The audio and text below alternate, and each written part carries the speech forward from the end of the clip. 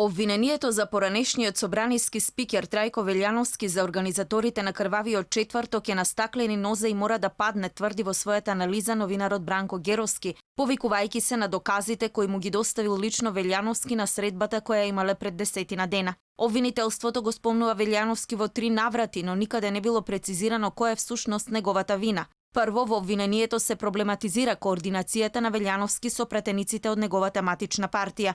Зошто, например, би било кривично дело или дури и политички деликт ако Велјановски избран за председател на собранието од редот на пратениците на ВМРО ДПМН се координирал со нив и со својот партиски шеф, кој председател на парламентот не го прави тоа, а токму тоа го пишува во обвинението. Неверојатно. Обвинителството ги поврзува со кривична одговорност и пораките на екс-спикерот со поранешниот премиер Никола Груевски, зашто Геровски наведува дека содржината на пораките била кажана и на собраниска седница, а во нив никаде не се спомнувале ниту протести, ниту насилство. Со други зборови, спикерот го информирал својот партиски шеф за позната работа и возвратната порака на Груевски до него е со содржина која добро им беше позната и на пратениците и на новинарите. Накусо, двајцата ја откриле Америка.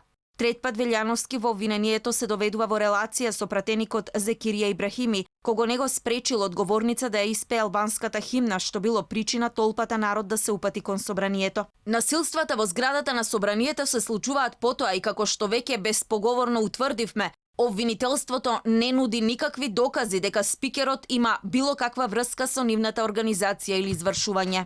Поранешниот председател на собранието Трајко Велјановски е дел од групата екс-функционери од ВМРО обвинети за терористичко загрозување на уставниот поредок и безбедноста во врска со настаните од 27 април. За неговото инкриминирање во случајот Геровски тврди дека е целосно неодржливо и дека голем грев е невин да се прогласи за виновен.